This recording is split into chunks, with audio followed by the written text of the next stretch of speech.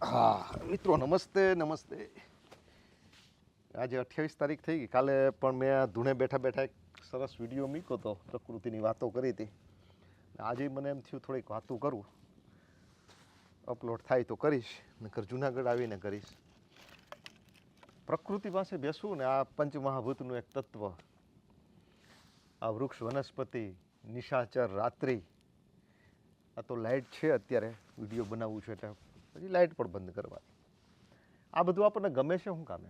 આપણે અત્યારે રવિવાર હોય ને, રવિવાર કે કોઈ હોલિડે હોય ત્યારે પબ્લિકને જોજો, બધી જ પબ્લિક દોડી દોડીને નદી પાસે, બાજુના શહેરની બાજુમાં કોઈ નદી હોય તો નદી, પહાડ હોય તો પહાડ, જંગલ હોય તો જંગલ, દોડી દોડીને ત્યાં જાય છે.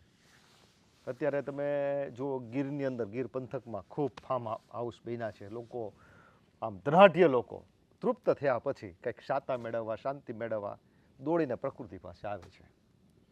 શા માટે પ્રકૃતિનું આટલું બધું આપણને આકર્ષણ હશે? એની પાછળનું કારણ છે, માનવ જાતિ છે ને એ અંતે પ્રકૃતિમાંથી આવી છે, પ્રકૃતિના ખોળે મોટી થઈ છે. આપણું માનવ જાતનું બાળપણ જો આપણે જોઈએ ને તો પ્રકૃતિના ખોળે મોટું થયેલું છે. આપણું ગાઢ અને જૂનું જૂનું શક પણ પ્રકૃતિ સાથે છે, નદીઓ સાથે છે, નિશાચરો સાથે, રાત્રિ સાથે છે. આપણે કેટલી મધમતી રાત્રિઓમાં આ માનવજાત પસાર થઈ હશે, કેટલી મધમત્તા ચોમાસાઓ, કેટલાય માણસ પૈડ્યો હશે, કેટલું શિયાળા ગયા હશે, કેટલાય ચોમાસા ગયા હશે માણસ ઉપર.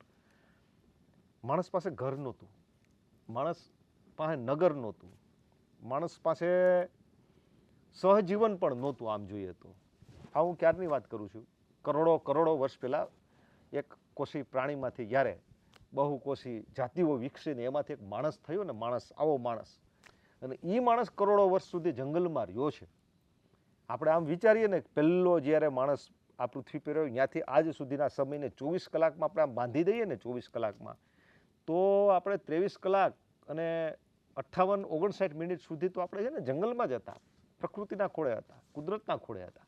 આ નગરોમાં આવ્યા, આ સુસંસ્કૃત બન્યા, સિવિલાઇઝેશન આપણામાં આવ્યું ને એને હજુ છેલ્લી 1 મિનિટ થઈ છે, અને મિનિટમાં આપણે લગભગ ભાંગરો બોલાવી દીધો છે આખી પૃથ્વી આખીનો. પણ છતાંય આપણને પ્રકૃતિનું તો હજી આકર્ષણ છે જ. માણસ આમ ખલાસ થઈ ગયો હોય, ડિપ્રેશનમાં હોય, મૂડલેસ હોય, ફ્રેશ થવું હોય તો પેલો પ્રકૃતિનો ખોળો ગોતશે. અને શહેરમાં તમે જુઓ, શહેરની આસપાસના પહાડો ક્યાંય હોય, ગાર્ડન હોય, નદી હોય, માણસો હોલિડેના દિવસે ત્યાં જઈને બેસે છે, ત્યાં જાય છે. પ્રકૃતિ હજી આપણને ખેંચે છે. આકર્ષતી ઇતિ પ્રકૃતિ, આકર્ષણ છે, પ્રકૃતિ આપણને છે ને ખેંચે છે. મહાભારતની અંદર છે ને રાધા શબ્દ પ્રકૃતિ માટે કીધો છે. પ્રકૃતિ માટે રાધા શબ્દ છે. જેને કૃષ્ણ જોઈને આકર્ષાય છે એ એટલે રાધા. ખરેખર રાધા એ એક કાલ્પનિક, મહાભારત, મૂળ મહાભારત છે ને, વ્યાસકૃત મહાભારત, એમાં રાધા શબ્દ 1-2 જગ્યાએ પ્રકૃતિના સમાનાર્થિક નામ તરીકે એનો ઉલ્લેખ થયો છે. કોઈ રાધા નામનું પાત્ર હોય ને કાન એની પાછળ ઘેલો થયો હોય ને એ સ્ત્રી હોય, આવું નથી. કૃષ્ણ પ્રકૃતિ માટે ગાંડો ઘેલો થતો હતો. માણસ માત્ર પ્રકૃતિ માટે ગાંડું ઘેલું થવું જ જોઈએ, પ્રકૃતિ માટે ટાઈમ કાઢવો જ જોઈએ, પ્રકૃતિ પાસે બેસવું જ જોઈએ. પણ આજે આપણે આવતા નથી. વ્યવહારમાં રહીને, સંસારમાં રહીને પ્રકૃતિની પાસે આવી જવું ને, એ સાધુ સંતો માટે તો હજુ એ ધૂણો દખાવીને બેસી જાય અને બાટી નાખી દે ને ખાઈ લે ને હાલે. પણ આપણે તો બાળકો, સંસાર બધું છે આમ. પણ આમ છતાં મિત્રો, પ્રકૃતિને ભૂલવી જોઈએ નહીં. પ્રકૃતિ પાસે વયાવવાનું, જ્યારે પણ સમય મળે ને ત્યારે દ્રઢ મનોબળ કરીને, ઘણું બધું છોડીને પ્રકૃતિ પાસે બેસવા વયાવવાનું. હું દર શનિ રવિ એટલે જ અહીંયા આવું છું. અને એક વાત તમને કહી દઉં કે પ્રકૃતિ પાસે તમે અવારનવાર આવતા થશો ને, અવારનવાર નહીં હું તો કહું, મેં સમજો ને કે ગઈ વખતે એક 8-10 દિવસ પહેલાં મારા મિસિસને અહીં મેં કોઈ બાને કામ છે એવું બહાનું બતાવીને એને મેં અહીં રોકી હતી. મારે કોઈ કામ નહોતું પણ મારે એને પ્રકૃતિનો ટચ આપવો હતો. એ માંડ રોકાણી હતી. પણ બીજે ત્રીજે દિવસે મને એણે કીધું કે એટલી બધી મજા આવે છે. ખરેખર આમ પર્સનલી મને થેન્ક યુ કીધું કે મને આવો અહેસાસ હોય, એકાંતનો આવો અહેસાસ હોય, પ્રકૃતિનો, આવું તો હું મારી લાઈફમાં ભૂલી ગઈ હતી. કારણ કે આપણે આ બૈરાઓ બિચારા શું કરે છે ખબર? બાળકોને મોટા કરવામાં અને આપણી રસોઈ બનાવવામાં એ હિપ્નોટાઇઝ થઈ ગયા હોય છે ઘરની અંદર. એટલે એવું નથી. આપણે ઘણા એવા મિત્રો મારા છે એમ કહેતા હોય કે અમારે ઘરવાળાઓને આમાં રસ નહીં. એમ રસ ઊભો થઈ શકે, કરાવી શકાય ધીમે ધીમે, સ્ટેપ બાય સ્ટેપ, અને રસ ઊભો થશે જ. કારણ કે આ પ્રકૃતિ છે, આ તો અતિ અદ્ભુત વૈભવ છે, આપણી અંદરનું ખેંચાણ છે, આપણું ડીએનએની અંદર પ્રકૃતિ ઇનબિલ્ટ છે. કારણ કે આપણે યુગો સુધી આમાં રોકાણા છીએ, અહીંયા રોકાણા, એની સાથે આપણું ગાઢ પણ છે. એટલે આપણું ડીએનએની અંદર છે ને પ્રકૃતિનું ખેંચાણ છે. એટલે આપણને પહાડ, પ્રાકૃતિક ચિત્ર જોઈએ ને, ખાલી આમ દિવાલે ચોટેલું ચિત્ર, તોય આપણે આમ બે ઘડી જોતા રહીએ. હું પહાડ, હું આમ નદી આવે છે, કેવો ચાંદો ઉગે છે, આવું કેવું ગમે જોવું. આ તો ખરેખર કુદરતની આમ કૃપા ગણવી જોઈએ કે ઈશ્વરે કેવી સરસ મજાની પ્રકૃતિ બનાવી છે.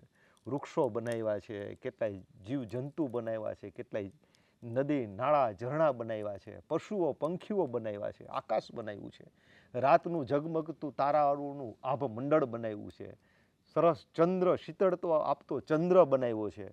અને વળી એ ચંદ્ર કાયમી ન હોય, તમારે રાત્રિનો અંધકાર જોવો હોય, રાત્રિનો વૈભવ જોવો હોય અને ઝગમગતું આકાશ જોવું હોય તો ચંદ્ર ન પણ હોય. પૂનમ અમાસના દિવસે બેસો તો, અને તમને એમ લાગે ને કે આજે તો મારે ચાંદની, ખીલેલી ચાંદની જોવી છે મિત્રો, ત્યારે ખેતરમાં ખાટલો ઢાળી અને આમ સરસ મજાની ચાંદનીને નિહાળજો.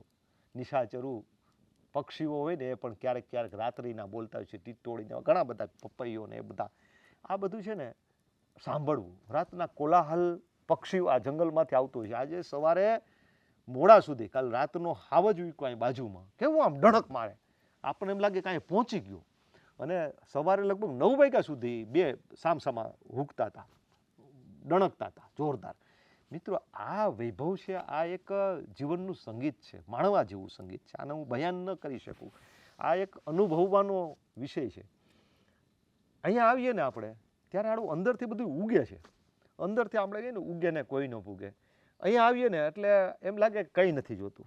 આમ જાણે કે સંસારના બધા સંતાપો જાણે કે સમીને દૂર દૂર ન હોઈ ગયા હોય એવું લાગે છે. અહીં બેસીએ ત્યારે અટાણું હાવ એકલો છું, હા એકદમ. અને મારી રીતે હું ઉઠું, મારી રીતે રસોઈ બનાવું, મારી રીતે વાસણ સાફ કરવું, મારી રીતે હું ક્યાંય જતો નથી. આ ખેતર છે ને એ 12 ફૂટની બોર્ડરવાળું બંધાયેલું ખેતર છે.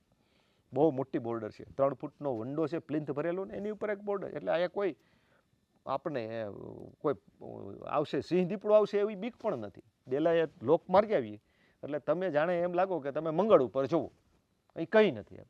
અને એમાં બેસીને તમને કોઈ ડિસ્ટર્બ નથી કરતું. મોબાઈલને પણ મારો અહીંયા મોટા ભાગે ફ્લાઇટ મોડ ઉપર જ હોય છે. અને તમે પ્રકૃતિને માણો, એની સાથે તમે ભળો, ત્યારે એમ લાગે કે ધીસ ઇઝ લાઈફ, આ અસ્તિત્વ છે, આને જીવવું છે, આના માટે જીવવું છે, આના માટે ગમે એટલું ખર્ચાઈને આવવું છે. આપણે ખરેખર છે ને અંતે આમ તો જંગલમાંથી આવેલા છીએ, વનમાંથી આવેલા છીએ અને પાછા ત્યાં જ જવાના છીએ. જોજો તમે, જમાનો ગમે એટલે પહોંચે, ગમે એટલો વૈભવ ખડકીએ આપણે, પણ છતાંય આપણો અંદરનો જે ખૂણો ખાલી છે ને એ અહીંયા આવીને જ ભરાય. એટલે માણસ ભલે ગમે એટલો આધુનિક બને, 21મી સદીમાં જાય, 22મી સદીમાં જાય, પણ અંતે પાછું એને ગામડા તરફ, નદી પાસે, પહાડો પાસે, પ્રકૃતિના તત્વો પાસે આવીને બેસવું પડશે, તો જ એને સાતા મળશે. એટલે આ અઘરું છે. આ ઘણી વખત હું છે ને મારા સ્ટાફમાંથી આવતો હોય ને, અમે 40 જણાનો સ્ટાફ છે, લબડું હું રીતસરનું કહે, હાલો નહીં ભાઈ મારી વાડીએ મજા આવશે, તમને મજા આવશે એવું કહું. મને એમ થાય કે એ પણ મારી સાથે પ્રકૃતિ માણે. પણ લોકો એટલા ઘરઘૂટિયા જેવા થઈ ગયા છે ને, ઘરમાં જ રહેવું છે, ઘર છોડવું જ નથી. ખબર નહીં, આપણને એમ લાગે કે આટલું બધું આડું પ્રકૃતિ આપણી રાહ જુએ છે, પ્રકૃતિમાં આટલું બધું જીવ આનંદ છે, છતાંય માણસો હિપ્નોટાઇઝ થઈ ગયા છે. પણ એમાં જેમ હિપ્નોટાઇઝ થઈએ છીએ ને, પ્રકૃતિમાં હિપ્નોટાઇઝ થઈ શકાય છે. ધીમે ધીમે ધીમે ધીમે પ્રકૃતિનું તમે ખેંચાણ, આકર્ષણ આમ તો હોય જ, ઇનબિલ્ટ હોય. પ્રકૃતિ પોતે તાકાતવાળી છે, ખેંચે જ. પણ તમે આવતા રહીએ, આપણે છોડીએ, કંઈક છોડતા શીખીએ, છોડીને આવીએ અને બેસીએ, ત્યારે મજા આવે. બાળકોને છોડવા પડે, ઘર છોડવું પડે, મિત્રો છોડવો પડે, થોડો વ્યવહાર છોડવો પડે, થોડું કામકાજ છોડવું પડે. પણ આ એ જીવન છે ને, છોડીએ છીએ એમ સામું કેટલું મળે છે. બાકી મિત્રો આજે ને થોડા ઘણા વર્ષો હોય ને આપણા, એ આ દોડાદોડીમાં અને બધું પતાવવામાં જ રહીએ.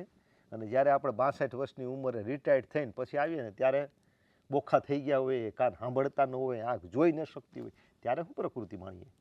એટલે પ્રકૃતિ લાઈફ ટાઈમ માણવાની, દર શનિ રવિએ તો માણવાની જ. રજામાં માણવાની, રજા મૂકીને મન થાય ત્યારે નીકળી જવાનું, પ્રકૃતિ પાસે બેસવાનું મિત્રો. વસ્તુ જય ગુરુ જય ભારત.